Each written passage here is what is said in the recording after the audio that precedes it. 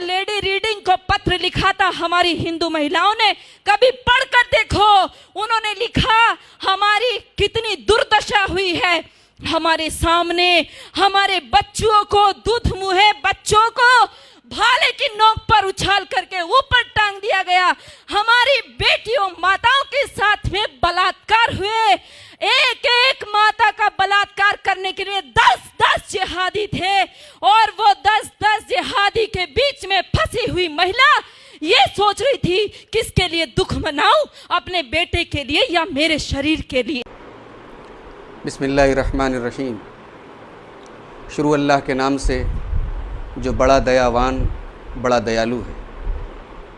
प्रिय दर्शकों, प्यारे भाइयों और बहनों, सबसे पहले मैं इस्लामी तरीके से आपका अभिनंदन करता हूँ, इस्तकबाल करता हूँ। अस्सलामु अलैकुम वरहमतुल्लाहि वबरकातुहू। अल्लाह की सलामती आप पर नाजिल हो, अल्लाह की रहमतें आप पर नाजिल हों, अल्लाह की बरकतें आप पर नाजिल हों। प्यारे दर्शकों, गलतफहमी या मिसअंडरस्टैंडिंग दो लोगों के बीच में हो या दो समूहों के बीच में, ये बड़ी ख़तरनाक होती है। गलतफहमी की बुनियाद पर लोगों के घर तबाह हो जाते हैं, परिवार तबाह हो जाते हैं, और अगर इसका दायरा बढ़ जाए तो दो धर्म या दो संप्रदाय के लोग गलतफहमी की बुनियाद पर आपस में लड़ने भी लगते हैं। ये हमारा दुर्भाग्य है, ये हमारी बदनसीबी है कि इस वक्त हमारे देश में हिंदू और मुसलमान के बीच में बहुत सारी गलतफहमियों को बढ़ावा दिया जा रहा है और इसकी बुनियाद पर इन दोनों संप्रदायों के बीच में दूरियों को बढ़ाया जा रहा है। हाल ही में इंटरनेट पर एक 9 मिनट 20 सेकंड का एक वीडियो है जिसमें हमारी कोई हिंदू बहन है, वो किसी प्रोग्राम में, किसी धर्म संसद में स्पीच दे रही हैं और अपनी इस स्पीच में उन्होंने इस्लाम के बारे में, मुसलमानों के बारे में और इस्लाम के पैगंबर मोहम्मद सल्लल्लाहु अलैहि वसल्लम के बारे में बहुत सारी बातें कही हैं। ये सारी बातें जो उन्होंने कही हैं बड़े गुस्से और बड़े तैश में, बड़े जज्बात में कही। तो सबसे पहले तो मैं ये अपनी उस बहन को ये पैगाम देना चाहता हूँ कि अगर आपको किसी से कोई आपत्ति है, अगर आपको किसी की कोई बात गलत भी लग रही है, तो बात करने का, संवाद करने का ये तरीका नहीं है जो आपने अपनाया है। दुनिया का हर धर्म प्रेम से, सद्भाव से, प्यार से अपनी बात को रखने का आदेश देता है। इस्लाम में किसी से डिबेट करना हो, किसी से बातचीत करना हो किसी विषय पर, तो इस्लाम उस टॉपिक से रिलेटेड बहस करने में भी हमें प्रेम और सद्भाव को अपनाने का आदेश देता है।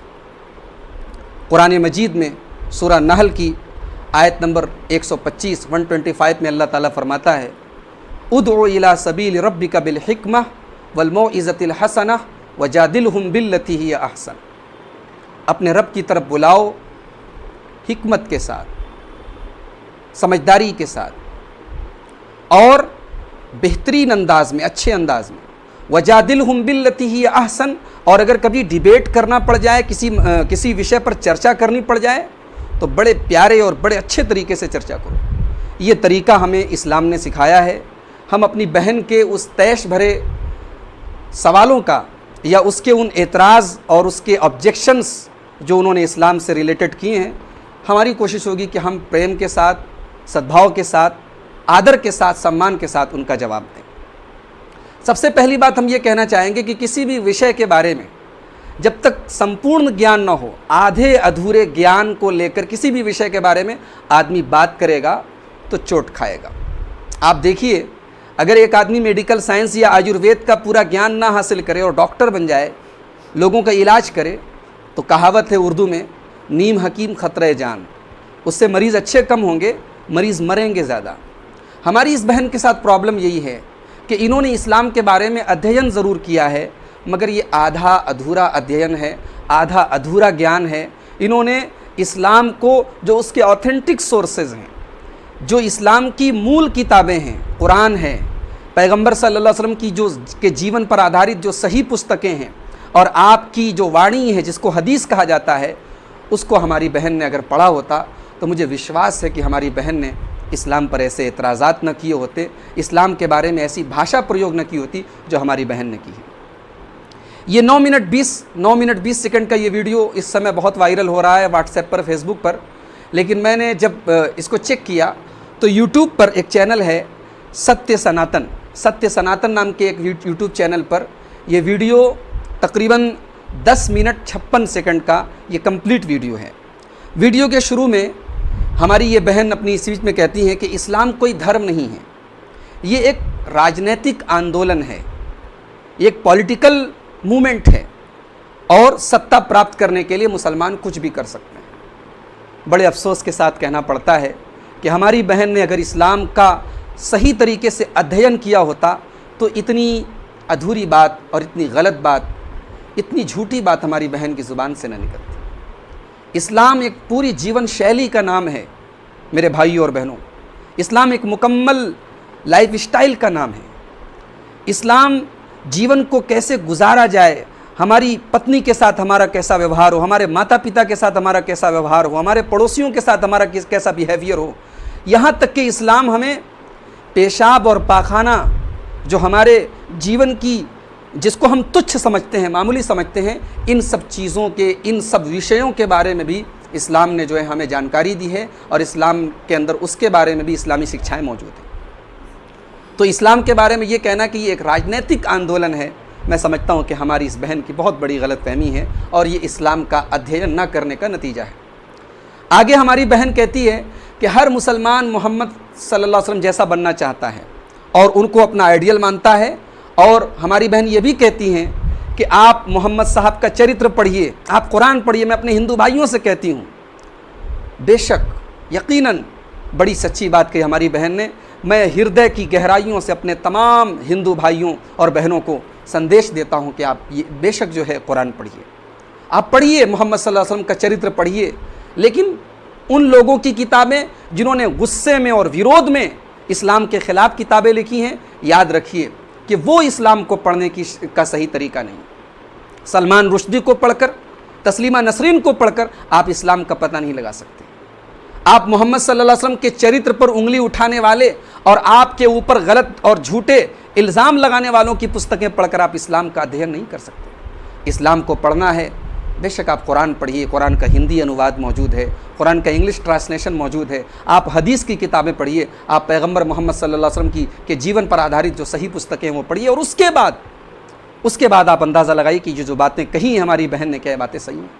और मुझे ये जानकर बड़ा आश्चर्य हुआ कि हमारी बहन ने अपनी स्पीच के शुरू में ये बात कही थी कि कुरान पढ़िए, पैगंबर साहब का चरित्र पढ़िए, लेकिन उनकी इस स्पीच से ये बात यूट्यूब के वीडियो में तो मौजूद है, मगर 9 मिनट 20 सेकंड का जो वीडियो वायरल हो रहा है उस वीडियो के अंदर ये शुरू की क्लिप हटा ली गई है। शायद इस क्लिप को डालने वालों को ये लगा कि कहीं इससे ये संदेश न जाए और लोग इस्लाम को और कुरान को पढ़ने न लगें, इस भय और इस डर से क्लिप के शुरू का वो हिस्सा निकाल लिया गया। बहरहाल वजह चाहे जो भी हो, लेकिन पूरी क्लिप आप यूट्यूब पर सत्य सनातन चैनल पर आप देख सकते हैं। 10 मिनट 56 सेकंड की क्लिप है और उसके शुरू में हमारी बहन ने अपनी स्पीच के शुरू में ये बात कही है कि आपको पैगंबर मोहम्मद सल्लल्लाहु अलैहि वसल्लम का चरित्र पढ़ना चाहिए, आपको कुरान पढ़ना चाहिए। उसके बाद हमारी बहन ने कहा 3 लाख से ज़्यादा मदरसे चल रहे हैं, 2 लाख से ज़्यादा मस्जिदें हैं, इनमें क्या तैयारी चल रही है? मेरी बहन, किस दुनिया में आप रहती हैं? आप इसी देश में हैं, इस देश में आप ही कह रही हैं कि 2 लाख मदरसे हैं, 3 लाख मस्जिदें हैं। आप किसी मस्जिद में जाएं, मैं बड़े आदर के साथ आपको निमंत्रण देता हूं कि आप वाराणसी आएँ, बनारस आएँ, आप मेरी मस्जिद पर आएँ, मेरे मदरसे में आएँ, किसी भी हिंदुस्तान के किसी मदरसे में चले जाएं। मुझे पूरा विश्वास है कि पूरे हिंदुस्तान के, पूरे भारत के किसी मदरसे में, किसी मस्जिद में आपको कोई गलत गतिविधि करने वाला नहीं मिलेगा। मस्जिद क्या है? मस्जिद हमारा उपासना स्थल है। हम 5 टाइम यहाँ जाकर अपने ईश्वर को, अपने अल्लाह को याद करते हैं, नमाज़ पढ़ते हैं। उसके बाद मस्जिद में कोई काम नहीं होता। किसी मस्जिद में ट्यूशन चलती है, छोटे छोटे बच्चे आकर कुरान पढ़ते हैं, उर्दू अरबी भाषा पढ़ते हैं। इसमें कोई तैयारी नहीं चल रही है। किसी शायर ने, उर्दू के किसी शायर ने बड़ी सच्ची बात कही है, ये मदरसा है तेरा मैकदा नहीं साकी, यहाँ की खाक से इंसान बनाए जाते हैं। मेरी बहन, मदरसे से इंसान तैयार होते हैं, मदरसे में इंसानियत की तालीम दी जाती है। हाँ, अगर कभी मदरसे से पढ़कर कोई गलत रास्ते पर निकल जाए, उसके लिए मदरसा दोषी नहीं है। वरना बहुत सारे बड़े बड़े स्कूल हैं, बड़े बड़े कॉलेजेस हैं, बड़े बड़े विद्यालय हैं, वहाँ से पढ़ के भी लोग गलत रास्तों पर निकले हैं। उनके लिए उनके शिक्षण स्थल को, उनके शिक्षण संस्थान को बदनाम नहीं किया जा सकता। अगर मदरसे का कोई प्रोडक्ट, मदरसे से पढ़ा हुआ कोई व्यक्ति अगर उसने इस्लाम को पढ़ने के बाद भी अगर उसके कैरेक्टर में कोई कमी है, उसके लिए मेरी बहन इस्लाम ज़िम्मेदार नहीं है, मदरसा ज़िम्मेदार नहीं है। मदरसे या मस्जिदें, यहाँ पर कोई गलत काम नहीं होता। आप मस्जिद और मदरसे के नाम पर क्या संदेश दे रही हैं और क्यों क्यों लोगों को भड़काने की कोशिश कर रहे हैं मेरी प्यारी बहन। उसके बाद हमारी बहन ने कहा कि ये मुसलमान लोग 5 बार मस्जिद में जाते हैं और कहते हैं ला इलाहा इल्लल्लाह मुहम्मदुर रसूलुल्लाह। ला का मतलब होता है नहीं, यानी कोई अल्लाह के सिवा किसी की हम पूजा नहीं करेंगे, और मुहम्मदुर रसूलुल्लाह, मोहम्मद अल्लाह के रसूल हैं, हम उनके सिवा किसी को नहीं मानेंगे। हमारी बहन कहती है कि जिसकी ये मेंटेलिटी बनाई जाए, जिसको 5 बार यही पाठ पढ़ाया जाए, वो कैसा बनेगा। मेरी बहन, ला इलाहा इल्लल्लाह का मतलब यही होता है, ये हमारा कलमा है, ये वो चीज़ है जिसको पढ़ने के बाद एक मनुष्य, एक इंसान, एक व्यक्ति इस्लाम के अंदर दाखिल होता है, इस्लाम के अंदर इंटर होता है। इस कलमे में हम इसी बात का ऐलान करते हैं, हम इसी बात को अपनी ज़ुबान से कहते हैं कि अल्लाह के सिवा कोई उपासना के, इबादत के लायक नहीं। इसमें कौन सी गलत बात है। मुसलमान एक अल्लाह की इबादत करता है, एक अल्लाह के सिवा किसी के आगे नहीं झुकता। और मुसलमान सारे रसूलों को मानता है, अल्लाह के जितने रसूल आए, जितने संदेशता आए, जितने पैगंबर आए, सबको मानता है, मगर अल्लाह के आखिरी और अंतिम ईशदूत, अंतिम संदेशता, अंतिम रसूल मोहम्मद सल्लल्लाहु अलैहि वसल्लम को मानता है और उन्हीं के बताए हुए रास्ते पर चलने की कोशिश करता है। मेरी बहन, इसमें कोई ऐसी मेंटेलिटी की बात तो नहीं है जिसमें दूसरे से द्वेष सिखाया जाए, दूसरे से नफरत सिखाई जाए। आप क्या समझती हैं कि 5 टाइम मस्जिदों में हम जो नमाज़ पढ़ते हैं, क्या उसमें हमें आपसे नफरत सिखाई जाती है? अल्लाह गवाह है, अल्लाह गवाह है, ऐसी कोई बात नहीं है मेरी बहन। अगर आप कुरान उठा कर देखें, कुरान शरीफ के अंदर अल्लाह ताला सूरह अनाम के अंदर आयत नंबर 108 में अल्लाह फरमाता है, वला तसुब्बुल्लज़ीन यदऊन मिन दूनिल्लाह, वला तसुब्बुल्लज़ीन यदऊन मिन दूनिल्लाह। जो लोग अल्लाह के सिवा दूसरों की पूजा करते हैं, उन्हें कभी बुरा भला ना कहो, उन्हें कदापि बुरा भला ना कहो। फ़यसुब्बुल्लाह अदवम बिग़ैर इल्म, वरना वो भी जवाब में अल्लाह को बुरा भला कहेंगे, और ये मसले का हल नहीं है, ये प्रॉब्लम का सल्यूशन है। हमारा धर्म, हमारा मज़हब हमें दूसरे मज़हब के जो देवी देवता हैं उनका उपहास उड़ाने की भी, उनका मजाक, उनको बुरा भला कहने की भी शिक्षा नहीं देता है। हाँ, लेकिन हमारा धर्म हमें ये सिखाता है, सत्य मार्ग यही है कि एक ईश्वर की पूजा की जाए। और ये इस विषय पर डिटेल में जाने का समय नहीं है। आपके धर्म के अंदर, हिंदू धर्म ग्रंथों के अंदर भी ये शिक्षा मौजूद है कि उपासना के लायक, पूजा के लायक, इबादत के लायक सिर्फ एक है, एक ही ईश्वर की पूजा करनी चाहिए। उसके बाद हमारी बहन कहती है, अजान का क्या मतलब है। अजान में बार बार कहा जाता है, आओ हय्या अलस सलाह, आओ नमाज की तरफ, हय्या अलल फलाह, आओ सफलता की ओर, अपनी नींद छोड़ कर आओ। और सब लोग जाते हैं वहाँ, नमाज़ पढ़ते हैं और एक मौलवी के इशारे पर सब काम करते हैं। ये तो अच्छी बात है मेरी बहन। हमारे यहाँ मस्जिद में एक आदमी नमाज़ पढ़ाता है और उसके पीछे लोग नमाज़ पढ़ते हैं। इससे इंसान के अंदर डिसिप्लिन आता है, इससे इंसान के अंदर अनुशासन आता है कि हमें किसी के पीछे कैसे चलना चाहिए, हम कैसे डिसिप्लिन बने, कैसे अनुशासित बने। और नींद छोड़ के आता है। हमारे बहुत सारे हिंदू भाई भी सुबह सवेरे उठ के पूजा करते हैं, हम तो कभी उसको गलत वे में नहीं लेते, उसका कोई गलत मतलब नहीं निकालते। हम ज़रूर अपना आराम छोड़ के नमाज़ पढ़ने जाते हैं, मगर आपसे नफ़रत करने के लिए नहीं, अपने ईश्वर को, अपने रब को, अपने अल्लाह को, अपने परवरदिगार को याद करने के लिए जाते हैं। कुरान शरीफ में सूरह सजदा आयत नंबर 16 के अंदर अल्लाह अपने नेक बंदों की तारीफ़ करते हुए फरमाता है, ततजाफ़ा जुनूबहुम अनिल मज़ाजिह यदऊन रब्बहुम खौफ़न व तमआ। मेरे नेक बंदे सुबह सवेरे या रात ही के समय अपने बिस्तरों को छोड़ देते हैं। क्यों छोड़ देते हैं?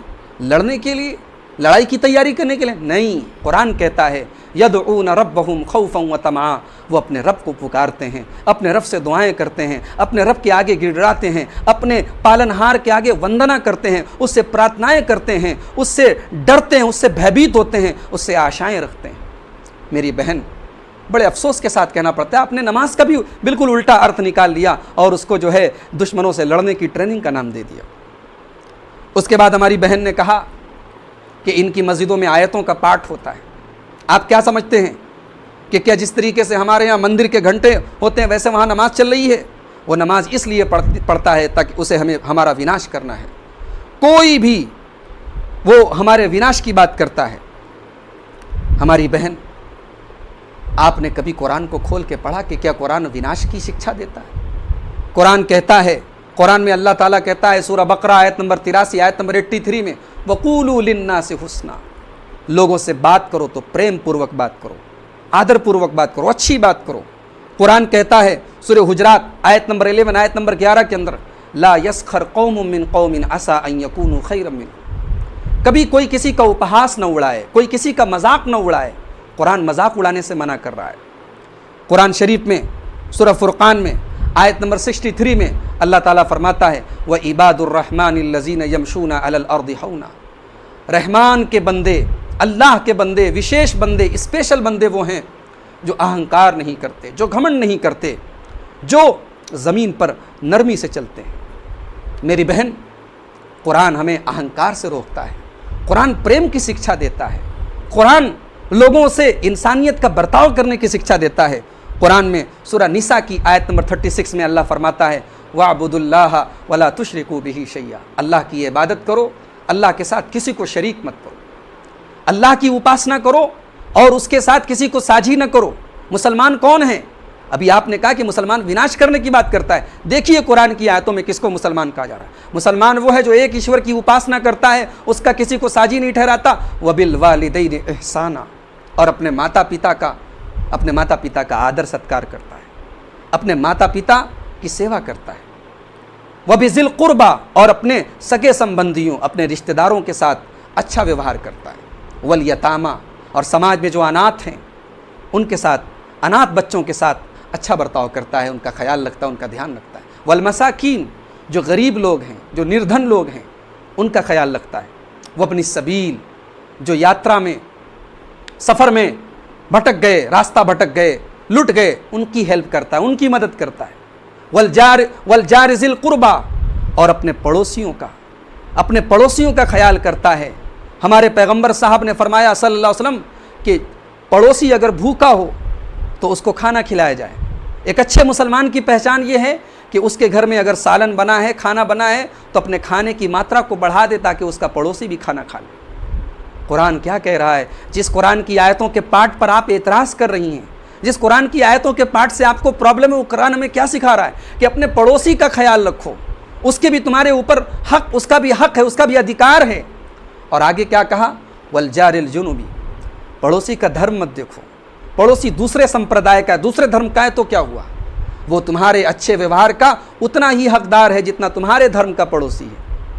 वस्साहिबि बिल जंबी, और कुरान कहता है आप यात्रा कर रहे हैं, बस में, ट्रेन में, फ़्लाइट में, आपका जो सह यात्री है, आपके बाजू में जो सफ़र कर रहा है, उसका भी ख्याल रखो, उसको भी कोई तकलीफ़ मत पहुँचाओ। मेरी बहन, जिस कुरान की आयतों से आपको आपत्ति है, वो कुरान तो हमें ये शिक्षा दे रहा है। आपने कौन सा कुरान पढ़ा है?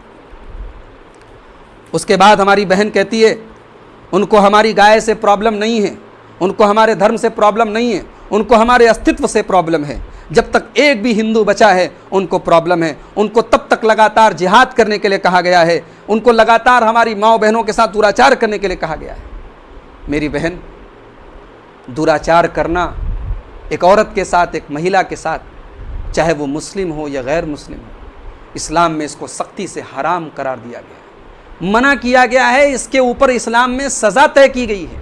आप कुरान पढ़िए, सूरह नूर की आयत नंबर 2 के अंदर अल्लाह फरमाता है, अज़्ज़ानियतु वज़्ज़ानी फ़ज्लिदू कुल्ला वाहिदिन मिनहुमा मिअत जल्दा, ज़िना करने वाला, किसी स्त्री के साथ दुराचार करने वाला, किसी औरत की इज्जत से खेलने वाला, रेप करने वाला, अगर वो कुंवारा है, अगर वो अविवाहित है, अगर वो अनमैरिड है, तो कुरान कहता है कि चाहे वो मर्द हो या औरत हो, अगर वो रेप करता है उसे 100 कोड़े मारे जाएं।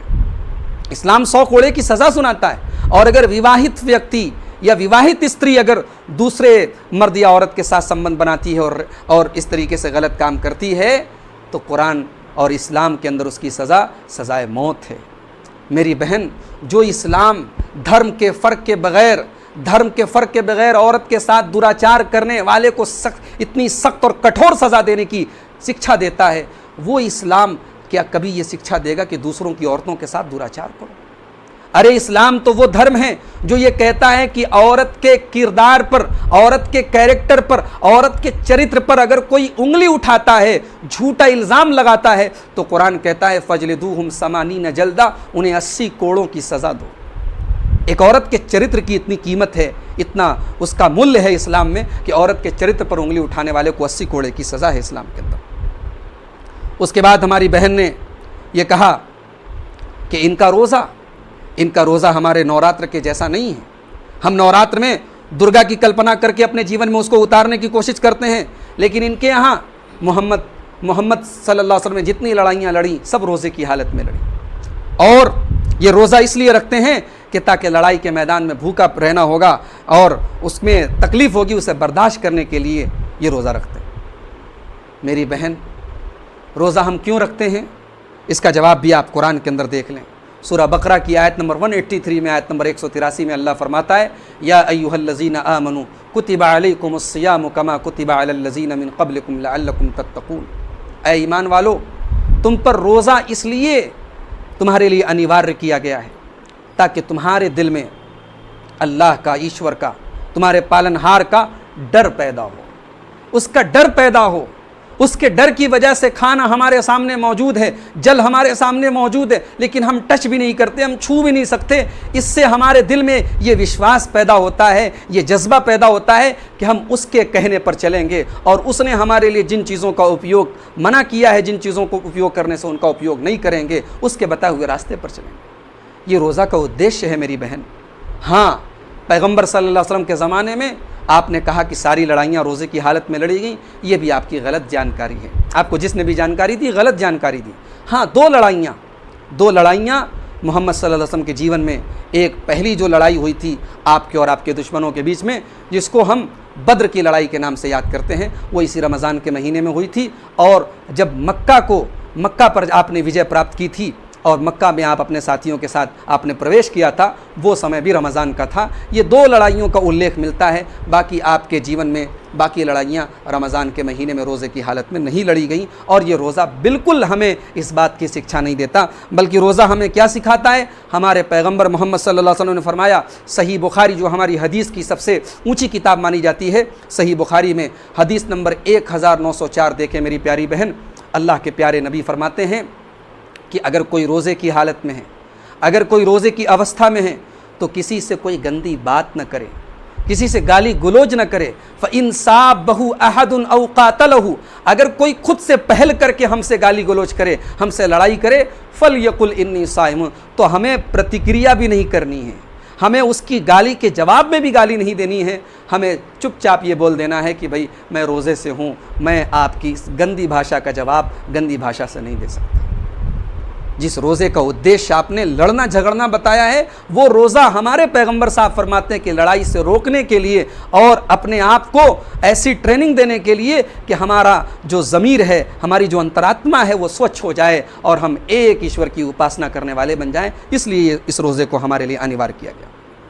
उसके बाद हमारी बहन कहती है, इनके जो 5 अरकान हैं, जिनमें एक तौहीद है, और ये बहन कहती है कि हम लोग सर्वधर्म को मानते हैं, सर्वधर्म संभाव को मानते हैं, और इन लोगों ने 1400 साल से सिर्फ कत्लेआम मचाया है और हम इन्हें धार्मिक कह रहे हैं। वो अल्लाह के अलावा किसी को कबूल नहीं करेंगे। वो कोई भी भाषा बोलें, उनका लक्ष्य एक है, उनका मकसद एक है कि वो हर काफिर को वाजिबुल कत्ल समझते हैं। हर काफिर जो है उसको वो समझते हैं कि उसकी वो हत्या कर देंगे। मेरी प्यारी बहन, जहाँ तक सर्वधर्म संभाव की बात है, मुसलमान सारे धर्मों का आदर करता है।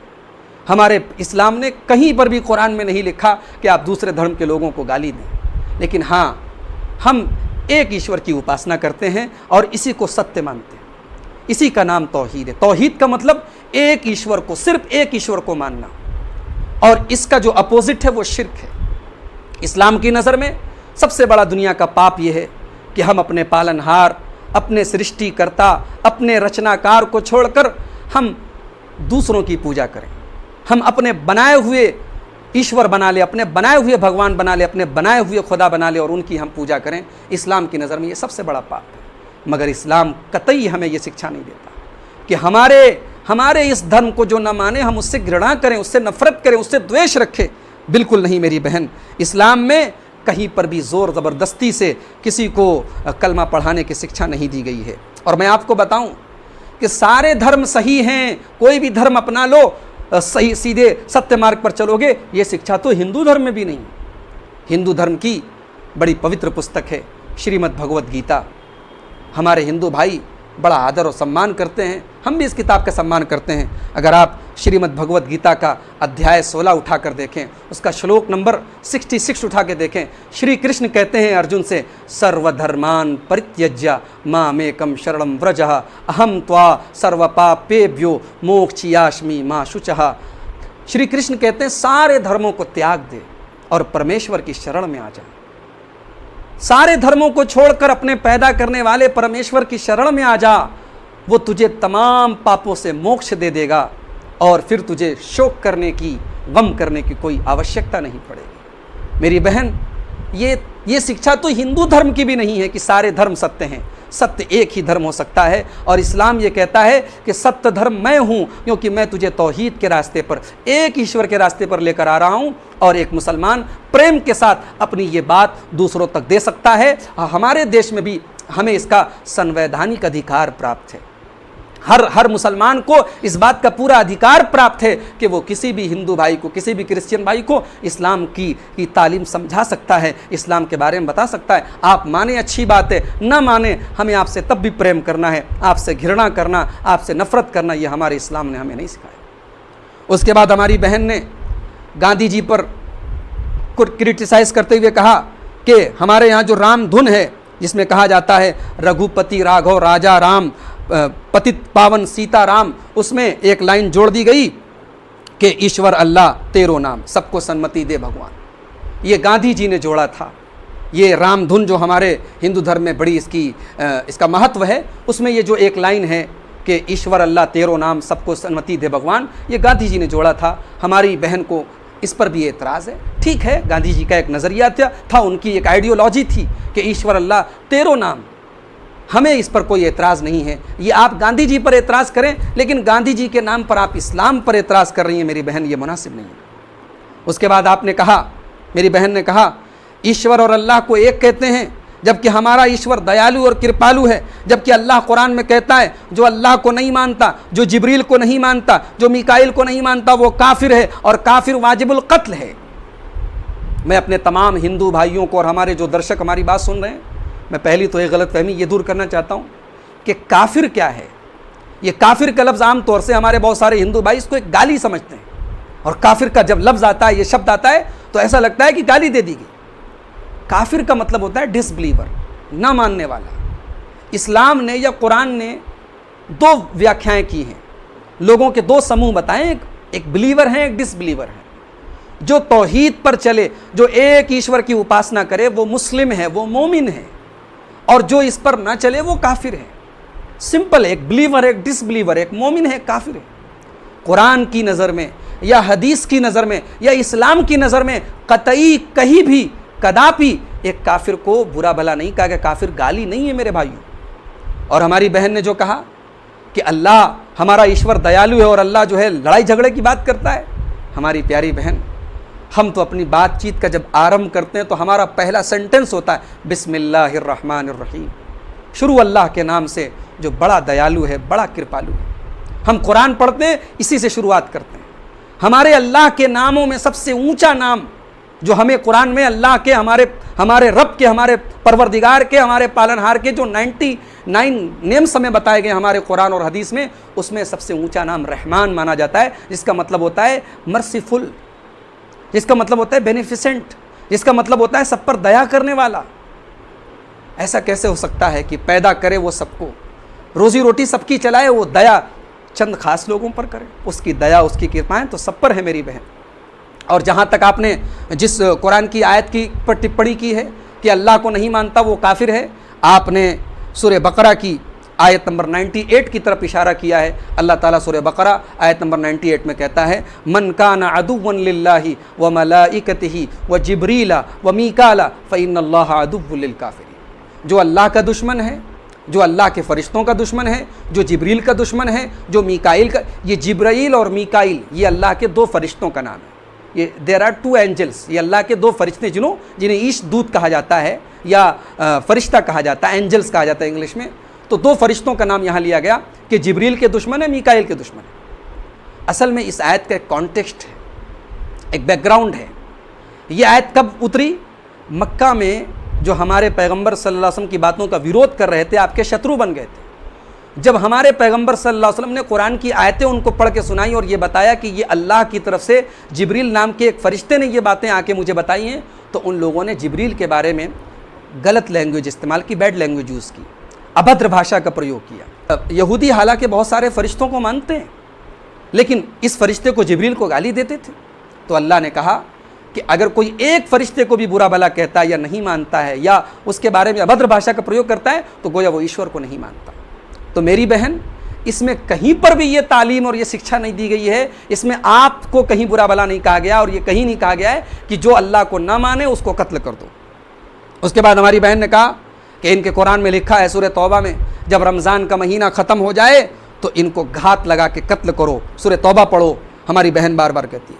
जी, सूरह तौबा की आयत नंबर 5 में अल्लाह ताला ने फरमाया, फ़इज़न सलखल अशहुरुल हुरुम, जब हराम महीने ख़त्म हो जाएं, जब रिस्पेक्टफुल महीने ख़त्म हो जाएं, तो उसके बाद फ़क़्तुलुल मुशरिकीन, मुशरिकों को कत्ल करो, हैसु वजदतुमुहुम, जहाँ उनको पाओ, वख़ुज़ूहुम, उनको पकड़ो, वहसुरूहुम, उनको कैद करो, वक़उदू लहुम कुल्ल मरसद, और उनकी घात में बैठे रहो, फ़इन ताबू व अक़ामुस्सलात व आतवुज़्ज़कात फ़ख़ल्लू सबीलहुम, अगर वो तौबा कर लें, नमाज़ पढ़ने लगें, अल्लाह की राह में ज़कात देने लगें, तो उनको छोड़ दो, बेशक अल्लाह माफ़ करने वाला है, रहम करने वाला है। ये सूरह तौबा की आयत नंबर 5 है। और अगर आदमी इस आयत के कॉन्टेक्स्ट पर, इस आयत के बैकग्राउंड को कि किस बैकग्राउंड में, किस कॉन्टेक्स्ट में ये बात कही, अगर आदमी इस पर गौर नहीं करेगा तो पहली नज़र में आदमी सोचेगा कि इसमें तो बहुत बुरी बात कही गई, इसमें बहुत गलत बात कही गई, इसमें मारने की और काटने की बात कही जा रही है। मगर मेरी बहन, इसी के बाद की जो आयत है, नेक्स्ट आयत है, जो इस सूरह तौबा की आयत नंबर 6 है, उसमें अल्लाह फरमाता है, व इन अहदुम मिनल मुशरिकीन इस्तजारक फअजिरहु हत्ता यस्मा कलाम अल्लाह, अगर कोई मुशरिक, अगर कोई डिसबिलीवर अगर तुमसे पनाह मांगे, तुमसे शरण मांगे, तो उसे फ़ौरन शरण दे दो, हत्ता यस्मा कलाम अल्लाह, यहाँ तक कि वो अल्लाह के कलाम को, अल्लाह की वाणी को, अल्लाह की पुस्तक को सुन ले। सुम्मा अबलिगु मअमना, फिर उसको शांति की जगह लेके चले जाओ, उसको अमन दे दो, उसको शांति दे दो। मेरी बहन, अगर कुरान मारो काटो का हुक्म देता तो उसके फ़ौरन बाद ये क्यों कहा गया कि अगर कोई शरण मांगे तो शरण दे दो? वास्तव में ये आयत एक ख़ास कॉन्टेक्स्ट में, ये युद्ध के मैदान में और लड़ाई के मैदान का ये हुक्म है। किसी भी धर्म में, किसी भी मज़हब में लड़ाई के मैदान में, लड़ाई की हालत में, जब पहली बात तो लड़ाई होनी नहीं चाहिए, और हमारे नबी, हमारे पैगंबर मोहम्मद सल्लल्लाहु अलैहि वसल्लम ने लड़ाई में कभी पहल नहीं की है, लड़ाई में कभी पहल नहीं की। आपकी ज़िंदगी में जितनी लड़ाइयाँ लड़ी गई, आपकी ज़िंदगी में 91 लड़ाइयाँ हुई, गज़वात हुए, जिनमें कितने लोग मारे गए? आपको जानकर आश्चर्य होगा कि 952 मुसलमान इन जंगों में शहीद हुए, और 957 उनके जो ओपोनेंट्स थे, जो दुश्मन थे, 957 दुश्मन कत्ल हुए। ये टोटल गिनती है इन तमाम लड़ाइयों की जो हमारे पैगंबर मोहम्मद सल्लल्लाहु अलैहि वसल्लम के जीवन में लड़ी गई। और मैं आपको ये भी बता दूं कि हमारे इस्लाम में पहली बात तो लड़ाई में पहल करने की शिक्षा नहीं दी गई।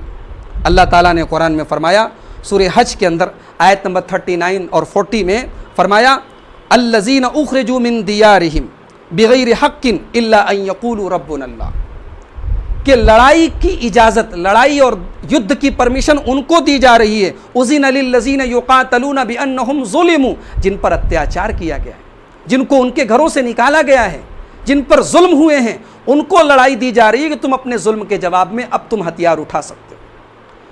यहाँ इस अवस्था में, इस सिचुएशन में उनको लड़ाई की परमिशन दी गई, और उसमें भी उनसे कहा गया, सूरह बकरा में आयत नंबर 190 में अल्लाह फरमाता है, वक़ातिलू फ़ी सबीलिल्लाहिल्लज़ीना युक़ातिलूनकुम वला तातदू, तुम अल्लाह की राह में उन्हीं से लड़ो जो तुमसे लड़ते हैं, वला तातदू, और लड़ाई के मैदान में भी हद से आगे न निकलो, जो लिमिटेशंस बताएगी उनको क्रॉस मत करो।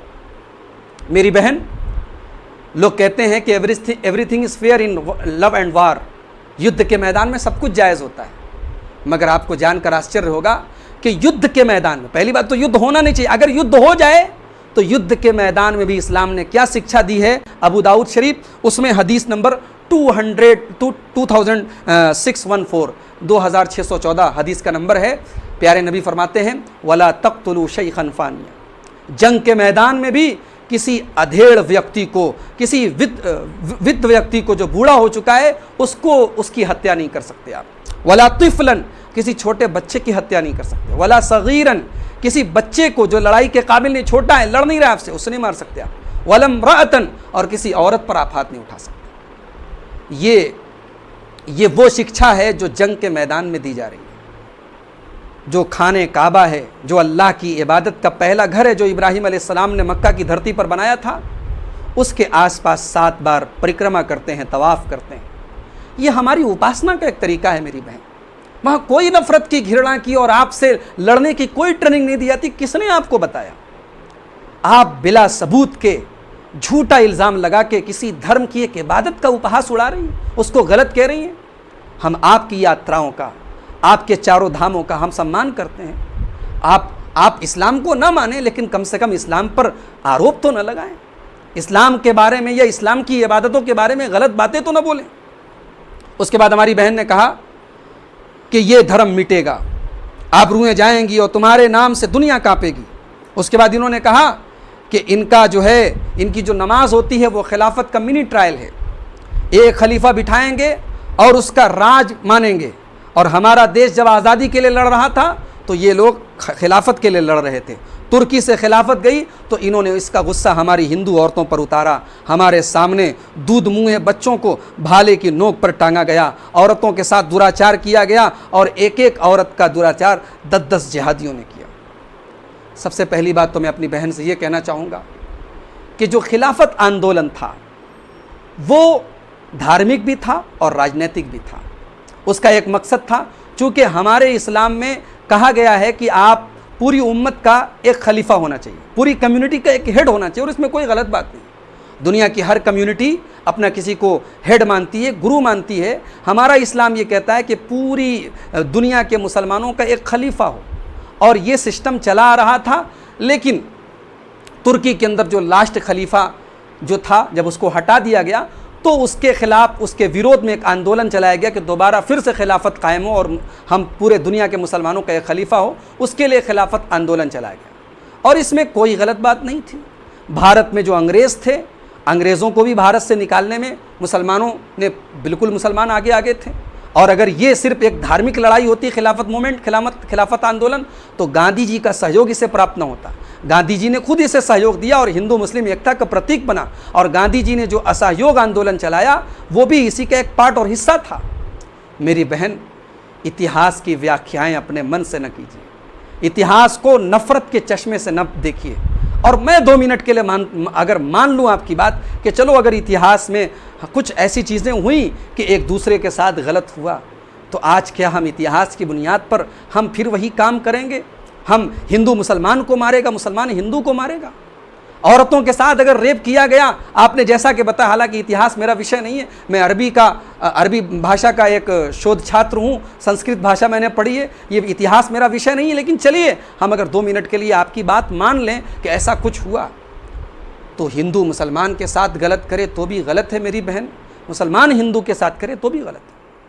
आपने जिस घटना का उल्लेख किया है कि हिंदू औरतों के साथ दुराचार हुआ, मैंने तो उसके बारे में नहीं पढ़ा, लेकिन मैंने 2002 में गुजरात दंगों के बारे में ज़रूर पढ़ा है।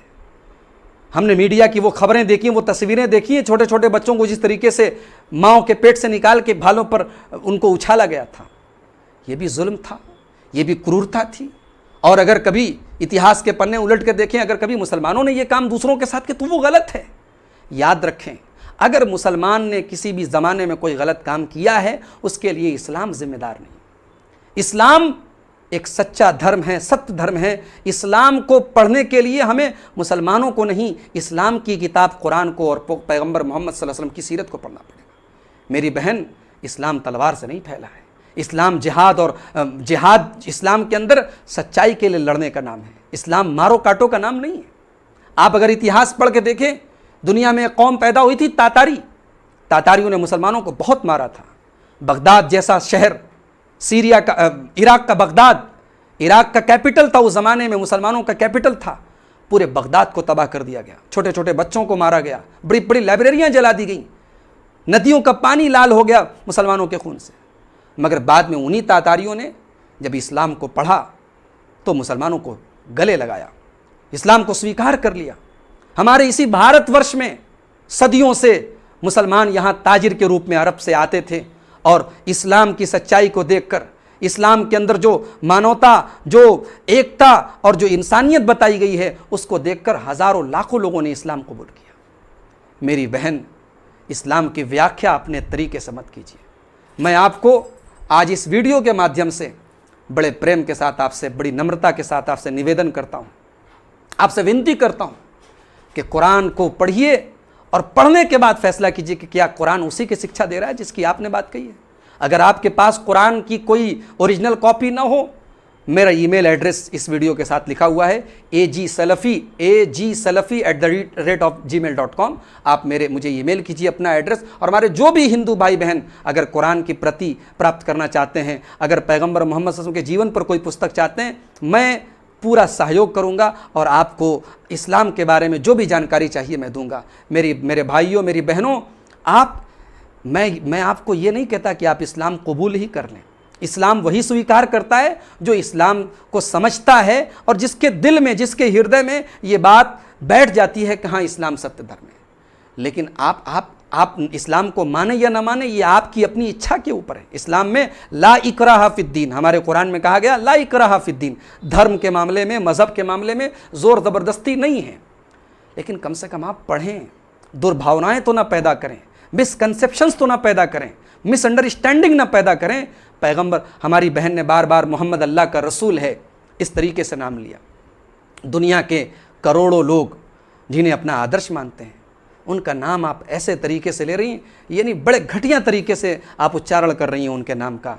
मेरी प्यारी बहन, मैं अपने उन तमाम हिंदू भाइयों से जो हमारा ये वीडियो देख रहे हैं, मैं उनसे ये निमंत्रण करता हूँ और ये विनती करता हूँ कि किसी भी धर्म का उपहास न उड़ाएं। आज सोशल मीडिया का दौर है, आज ये बड़ा सिस्टम चला है कि मुसलमान हिंदू देवी देवताओं को बुरा भला कह रहे हैं और हिंदू इस्लाम को, अल्लाह को, मोहम्मद सल्लल्लाहु अलैहि वसल्लम को बुरा भला कह रहे हैं। मेरे भाइयों, ये डिबेट का, ये चर्चा का तरीका किसी धर्म में नहीं सिखाया गया है, किसी धर्म में नहीं सिखाया गया है, और इससे नफरत बढ़ेगी। और जो सोशल मीडिया की नफरत है, आज देखें वो आप धरती पर वो आ चुकी है।